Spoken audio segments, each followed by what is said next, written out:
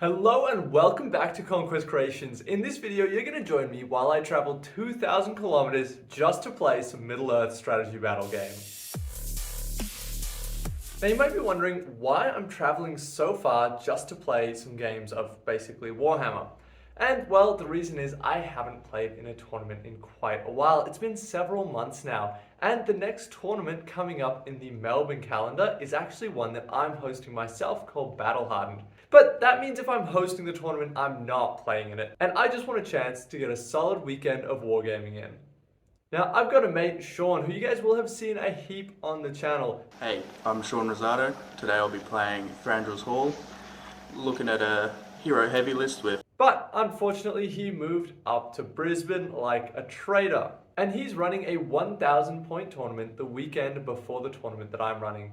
So I've decided I'm going to get my wargaming fix by traveling up there and playing in his tournament.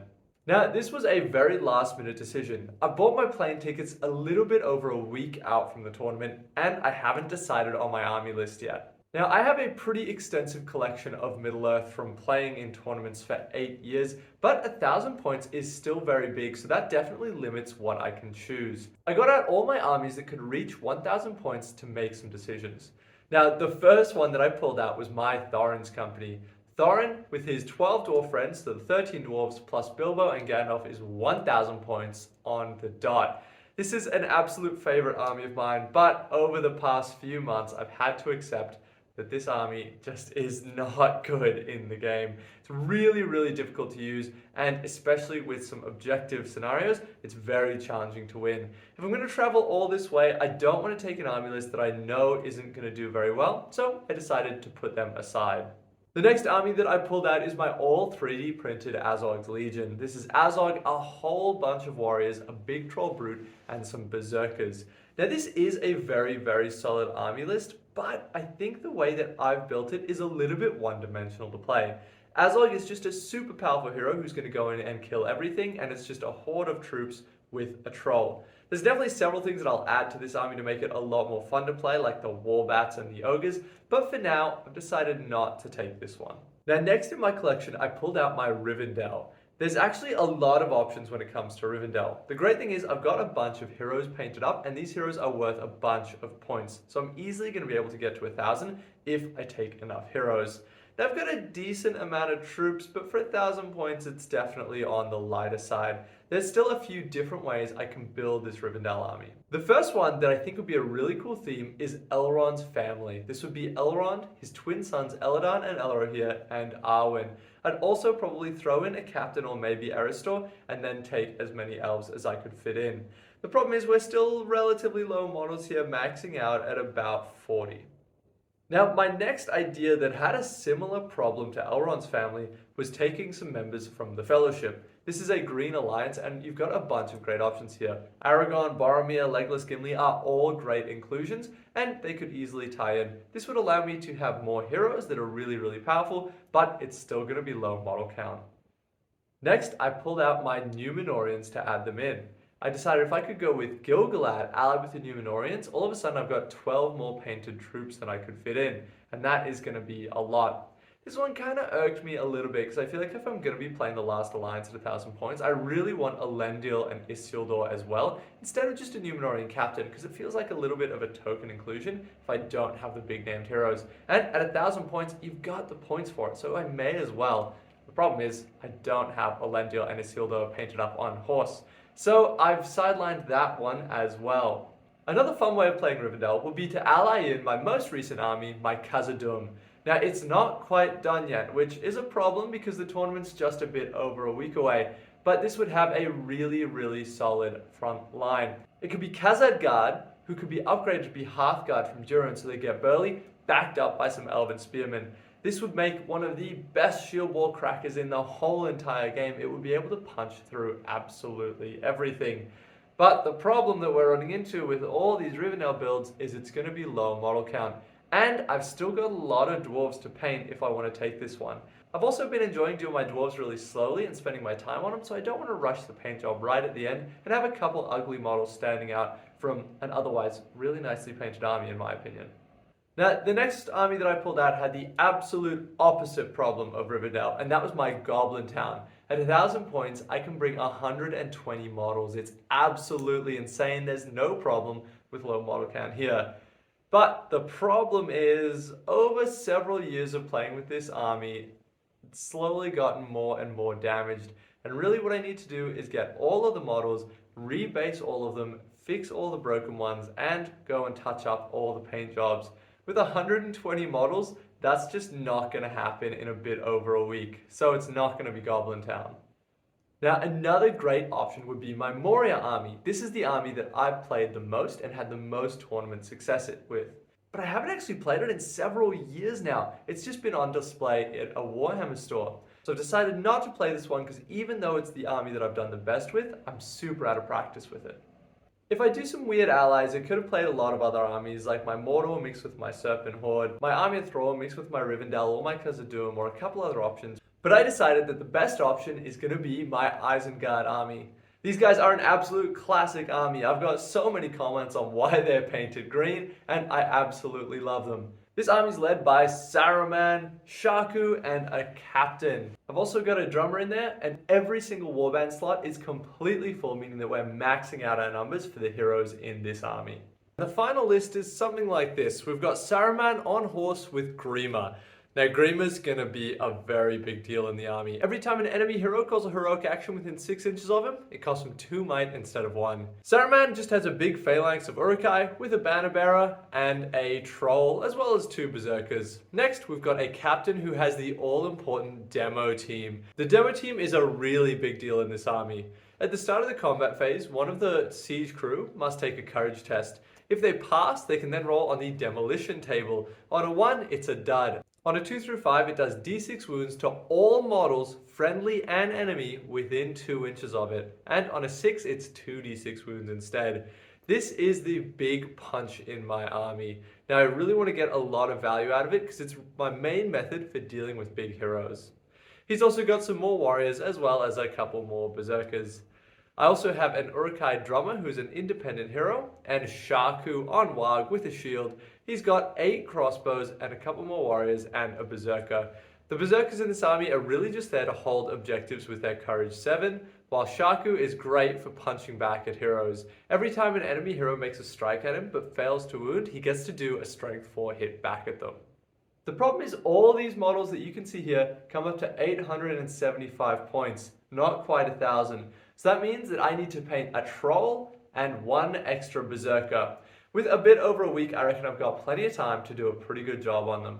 Alright, that's the army, and before I headed off to Brisbane, I got to get a practice game against Henry, who was playing Khazad-dûm. It wasn't a good first game for me because I lost. Even though my demo team did a lot of damage, it wasn't enough to turn the tide.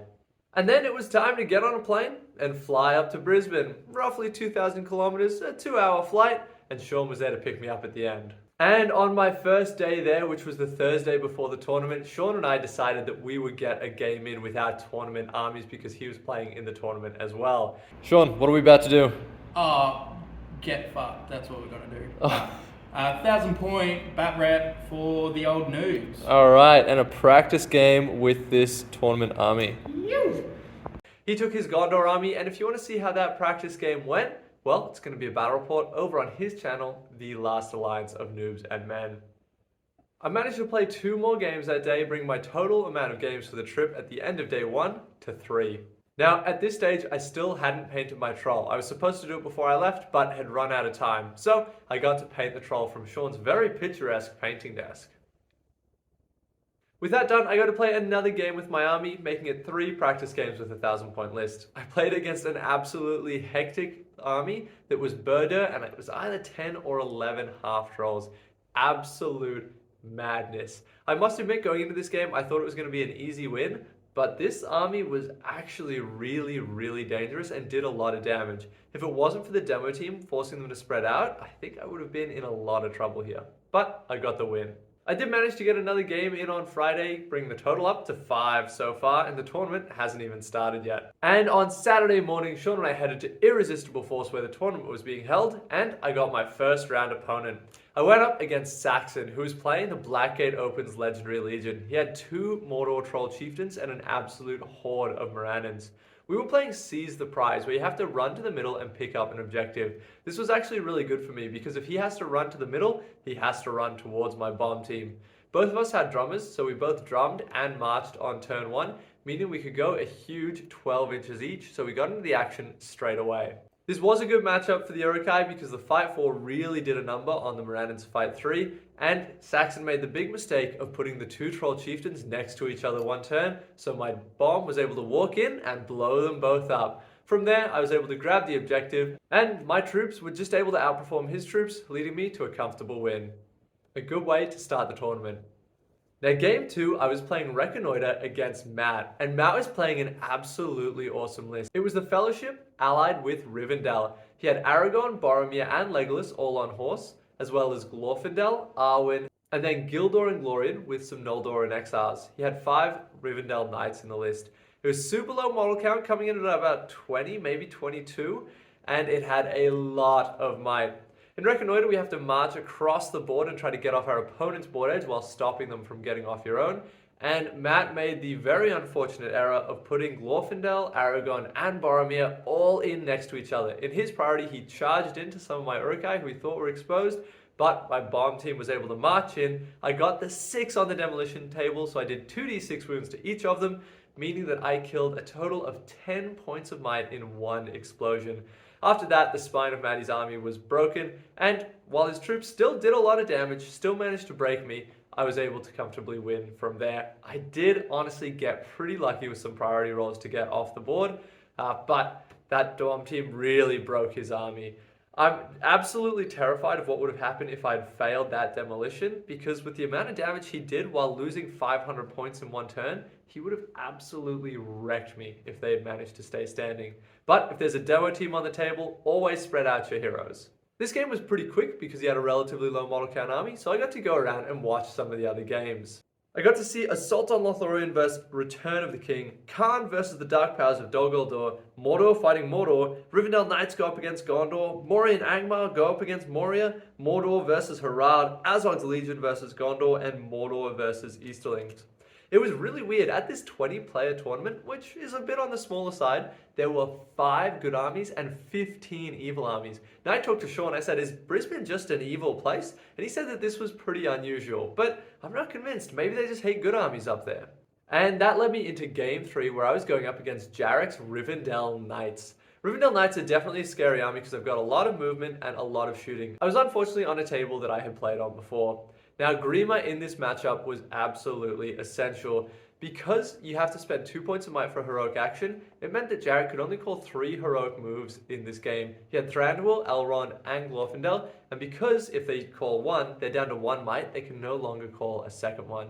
His army was really clever, having Thranduil, giving them terror, but without the ability to call moves, I was able to get priority and move first every single time, denying him all of his charges. Now, this game was absolutely hilarious because my demo team went in and it had Thranduil and Elrond in range, but you have to pass a courage test to detonate the bomb. That's alright because you have a courage 7 berserker. For those of you who don't know how courage works in Middle Earth, you roll 2 dice, add them to your courage value, and if the total is above 10, you've passed. Which means if you have courage 7, the only way you can fail is by rolling snake eyes. I rolled snake eyes. But it wasn't all over there because there's another siege crew who has courage 3 who can also try, but he also failed. So the demo team didn't go off that turn. And after that, they weren't able to escape because I think this is one of the few times that Jarek managed to get the first move, costing him 2 points of might. The battle continued and things were going well for me, but at one point, the bomb team, which was now left alone because he managed to kill the crew, was detonated by an elf. Now, upon checking this in retrospect, I don't think you can actually do it, but the bomb team has a rule that if you pass a courage test and roll a natural 6, it detonates. He did this with an elf, and even though he did something like 5 wounds to Elrond, Elrond passed all his fate. This killed a heap of my Urukai, and it burst a hole in my line. So next turn, Elrond was able to run through and attack Saruman, dealing 3 wounds to him, and Saruman just survived on 1 wound. It went from a big win in my favor to a super close game, but I still ended up on top, coming out of day 1 undefeated. Now, one of the best things about going to a wargaming tournament isn't actually the games. It's just hanging out with cool, like-minded people. With a bunch of people who I'd only met once or twice before on other trips to Brisbane, and a bunch of people who I'd never met before, it's so easy to get to know each other because you know that everyone's super passionate about the same thing. Everyone's willing to spend a weekend away from their families, away from their other friends, just to play war games. So if you ever run out of anything to talk about, you say, hey, what's your next project? And there we go, the conversation can go for hours. And Sean did manage to take a photo of the 4 of us here, and this was the top 4 places at the tournament. Impressively, Dylan, who was playing Birder and 11 Cave Trolls, was one of the top ranked players, but he was the Gumby, so he wouldn't be playing tomorrow. But for a list that I thought was a meme, coming out with 3 big wins is pretty impressive. I might have to give it a shot sometime. On day 2, game 4 was to the death, and I was going up against a Moria-Angmar combination. This was played by Hayden, and he had a bunch of Moria guys, but also had Gullivar, the Terror of Arnor, subbed into this army. Gullivar is absolutely terrifying and would easily kill Saruman in 1 turn if he got into me, so I had to be super careful. I threw all of Saruman's magic at Gullivar as well as the troll, trying to do some damage. There was 1 turn where I had Gullivar knocked prone and the troll, they both rolled a 6, but he won the roll off. Otherwise the troll could have killed him. But that was alright because I went in with the bomb team and I managed to get Gullivar, a Dweller in the Dark, as well as my own troll, but I thought that trade-off was worth it. Unfortunately, at this point, Hayden had still done too much damage to me. He had 10 spiders that absolutely shredded half of my army, and my Uruk-hai Pike Phalanx somehow lost to Moria Prowlers backed up by Goblin Spears. I'm not sure what the odds of that rolling were, but it wasn't in my favor. I had really good luck yesterday, so I couldn't be upset about it, and Hayden was a great opponent. I told him if he's beaten me, he better go all the way and take out the win going into the final game. After that game, it was time that we could all set up our armies and put them on display, and there were so many awesome armies here up in Brisbane. One of the best parts of tournaments is just being able to admire other people's models, and there were heaps of awesome armies. I was a big fan of Elias's Mordor in particular. It was super low model count, but with a bunch of conversions. There were so many other great ones. The standard of hobby is just so high in Middle Earth. And the final game was fittingly up against Sean. He was hosting me in his house, so I knew I had to be at least a little bit friendly to him, but nah, the gloves were off. We both decided this was going to be a sweaty match, go all out. We had Maelstrom, which was really, really good. This is where your army randomly comes in from the board edge. It's only 3 of the 18 scenarios, so the fact that it came up here was just perfect for me. Because Sean had a super shooting heavy army that would have ripped me to pieces, but with Maelstrom, I was able to deploy right next to him. On turn 1, I tried to blow up 10 of his Citadel Guard with a hero with my bomb team, but he managed to kill off the Berserker by going through 4 in the ways with his bolt thrower.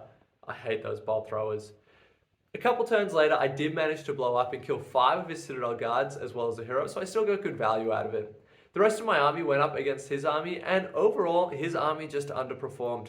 Boromir and Huron both failed some heroic combats, and with the Fight 4 and Strength 4, my army was able just to grind through his, and we were playing whole ground, so I managed to run to the middle and get a final win of 10-0.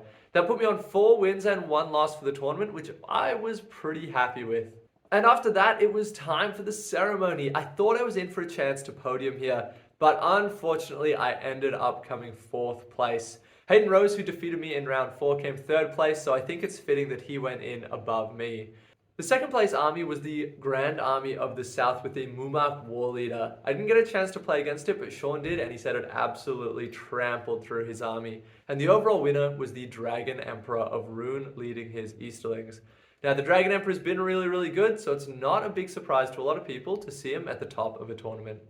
It was so much fun going on a trip for the sole purpose of playing war games. Over the 5 days I was there, I played 11 games with, I think, 7 of them being 1,000 points.